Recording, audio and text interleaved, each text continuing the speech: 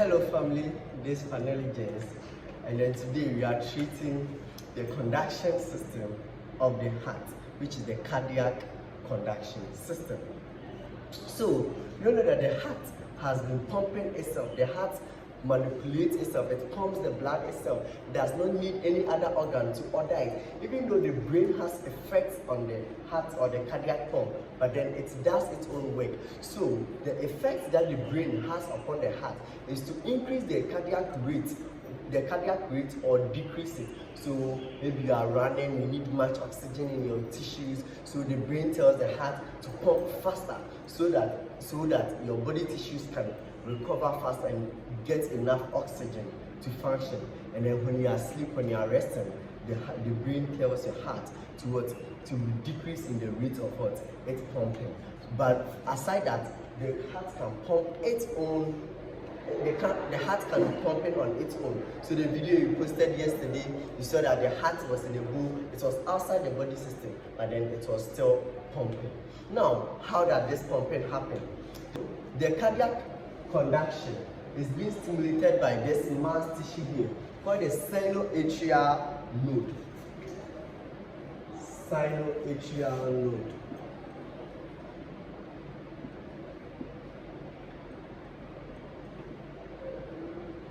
So sinoatrial node, because it is found close to the sinus vein. The sinus vein is a large vein that collects deoxygenated blood used by the heart muscles and then pours it back into the atrium, the right atrium, to be reoxygenated. And the sinoatrial node is close to the superior vena cava, where the opening of the superior vena cava, where the superior vena cava empties its content into the right atrium. Sinoatrial, sino because it's close to the sinus vein, which is a coronary artery which collects blood from the muscles of the heart and then pours it into the right atrium. And then atria because it's found in an atrium, which is the right atrium. So this sinoatrial node produces the stimulus. So this sinoatrial node is also known as the pacemaker. It produces the impulses for the contraction. So it's being connected by these fibers. The fibers runs through the myocardium. These fibers runs through the myocardium of the heart. But then, if it's run, whenever an impulse is produced, so this is how it works. The heart cells, the cardiac cells, they are also like just any other cell, which are polarized in their resting state. So when these cells are there, they are already polarized and they have negative charges in the inside of the cell. So they are at rest. Whenever an impulse is being released by the sinoatrial node through these fibers, the sinoatrial node produces the impulses. Wherever the electrical impulses get to, that muscles over there contract because they are polarized. So the electrical impulses is a positive charge which runs through the cells, then which makes them positive. And wherever the muscle is being depolarized, it contracts. That causes the contraction of it. We shouldn't forget these vessels or these connections of the sinoatrial node does not enter the walls of the ventricle. This is because there is an insulating tissues in between the atrium and the ventricles, the atria and the ventricles. So these tissues located in the muscles or in the myocardium between the atria and the ventricles, it's insulation. When we are appreciating physics has made us know that an insulator is any object that prevents the flow of electrical currents. So because of this insulation or insulated tissues found here, the fibers or the electrical impulses does not come to the walls of the ventricle. So whenever the sinoatrial node produces its electrical impulses, it just runs through the atria of the heart. So whenever the electrical impulses runs through the cells of the myocardium, it contracts to push the content or the content in the atria into the ventricles. When these contents are being pushed into the ventricles, they need to be pumped out of the heart. Now, we know that if the sinoatrial node produces its impulses, somebody may ask, why then this part does not also contract? It does not contract first.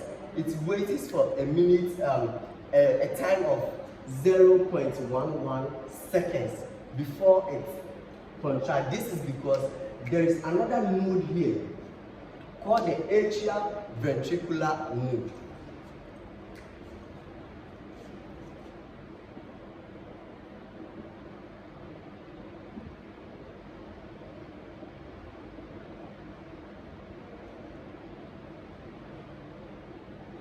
Also known as the AV node.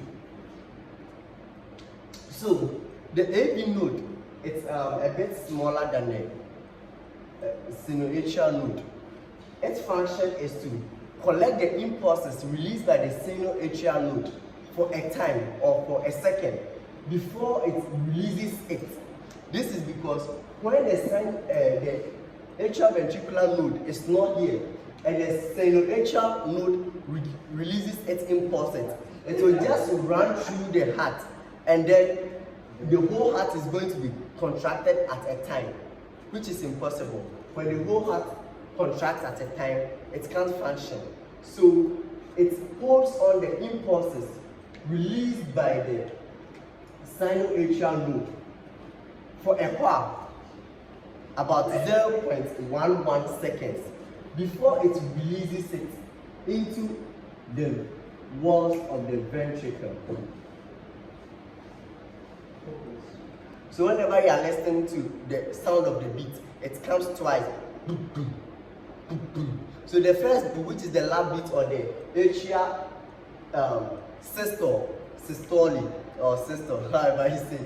So it is when the sinoatrial node releases its impulses for the contraction of the atria, called the first sound. While it contracts it, the walls of the ventricle relaxes to receive the contents from the atria. Then the atrial ventricular node also releases its impulses. So it releases its impulses through the bundle of His. So the bundle of His runs through the septum and then is split into the right and left. This is the right bundle of His, and this is the left bundle of His. So this bundle of His, the impulses run through them to cause the contraction of the ventricles. So we know wherever the impulses get to, the muscles then contract. So when the impulse is being released from the atrial ventricular node and it runs through the bundle of His, it causes the muscles of the ventricles, so wherever the impulses pass, to contract. So you have the right and left bundle of His. The bundle of His is also divided into smaller or multiple branches, which is called the Purkinje fibers.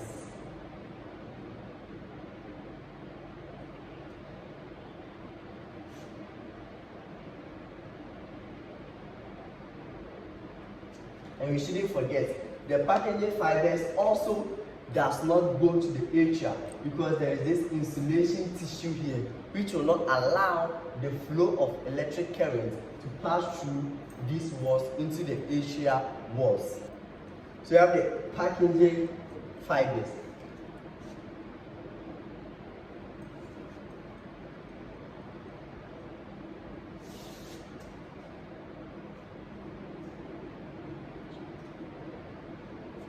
So these Purkinje fibers are also connected to the right and left bundle of hairs, then distributes the current or the impulses through the myocardium.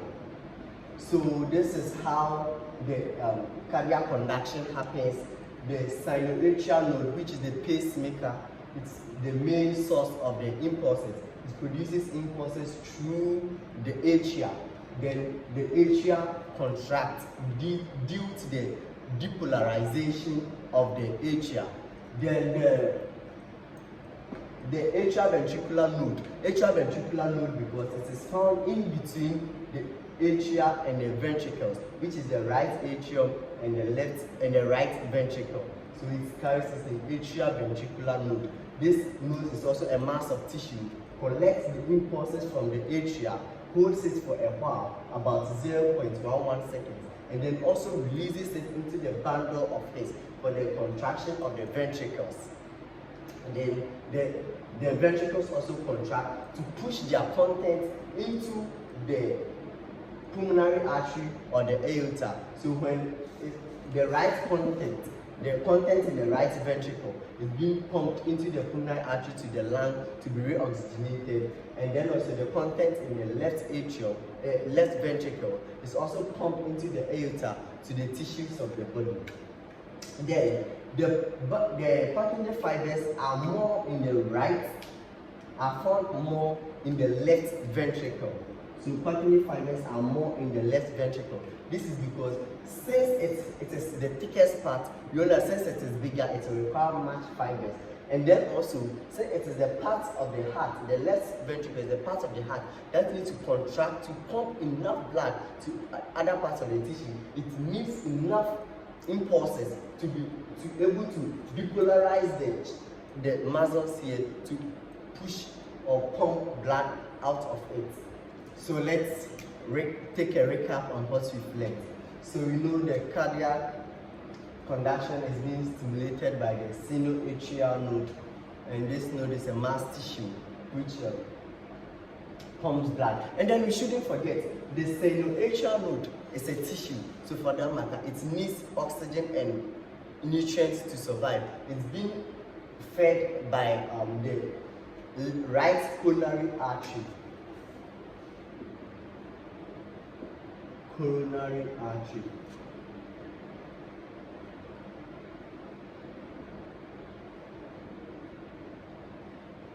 The right coronary artery feeds or provides the sinoatrial node with what? Oxygenated blood.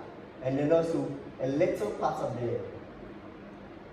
the atrioventricular node is being supplied by the left coronary artery.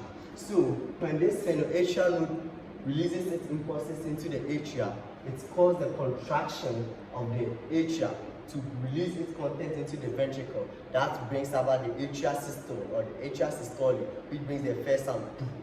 Then the atrioventricular node also holds it for a while. It should wait for a while for the content to be able to be poured into the ventricles. After the contents have been poured into the ventricles, it also releases its impulses through the bundle of hairs and the Purkinje fibers to cause the contraction of the ventricles. So this releases it, it holds it on for a while for the content to be poured, and then it also releases its impulses to cause the contraction of the ventricles. While the ventricles are being contracted, the atria are also relaxed to receive blood from either the vena cava, superior and inferior vena cava on the right atrium, and also from the pulmonary vein on the left atrium. So while this pumps the blood out, the atria also releases or receives blood, and then the sinoatrial node also releases its impulses for the received blood to be pumped into it. Now the ventricles are empty, so the blood comes, and then this place becomes empty. While the ventricles pump, the atria receives a new blood, and that's called the cycle. So this releases the first, the lap sound, then the ventricles contract to release the second sound. So the heart pumps. So systole, the atrial systole and the ventricle systole. So ladies and gentlemen, this the cardiac conduction system. My name is the AI Manuel, this funnel agents. Thank you.